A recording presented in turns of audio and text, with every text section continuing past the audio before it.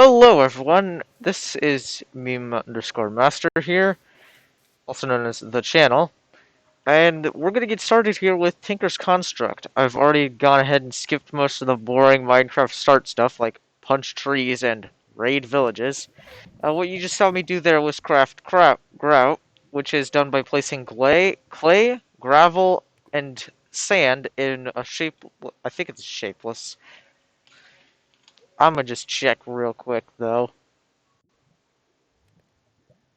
I guess it's shaped, but sand, clay, and gravel.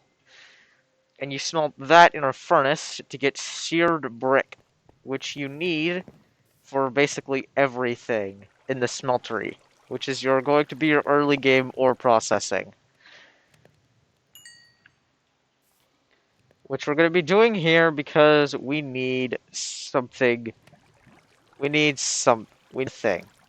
Alright, I'm not going to directly describe what that thing is, but we need buckets to put lava into, because lava is required for the smeltery to work.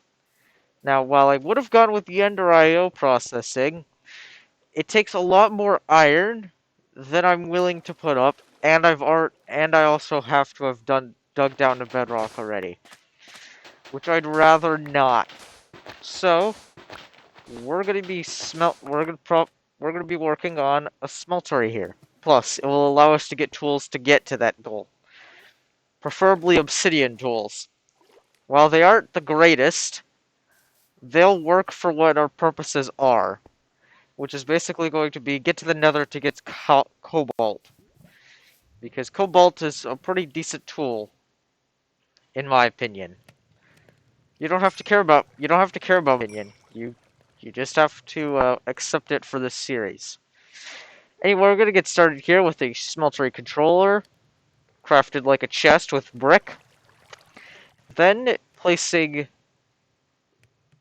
brick in that formation, 6 brick, you get a smeltery drain, and then if you put brick in a bucket formation, you get a faucet. I use 2 because of personal preferences. And then in a pants formation, you're going to get the casting table. In the cauldron formation, you're going to get a casting basin, which we are going to want. And then, hopefully some of the glass smelted. Enough glass for what we need. You know what, I'll just wait the extra few seconds to have it smelt. You see, this is slow, alright? It's not... Doing the smelter isn't going to make it faster. But at the very least, we're going to be able to double our ore. Now, placing seared brick and glass in this formation will get you the seared window. That's all we need with the seared brick, other than to use, to make it into seared brick. The block. Alright, now, time for us to fuel up our tanks.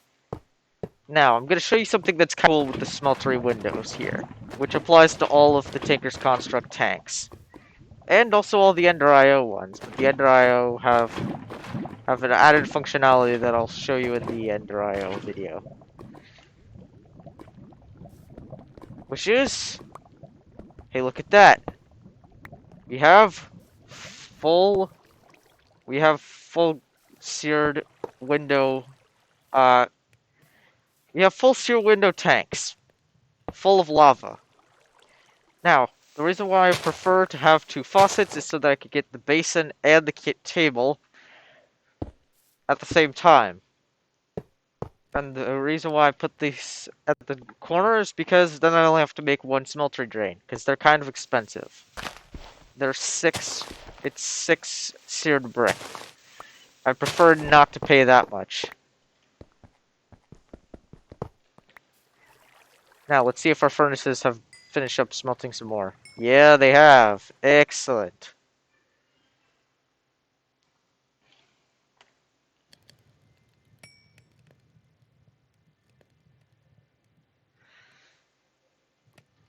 Alrighty.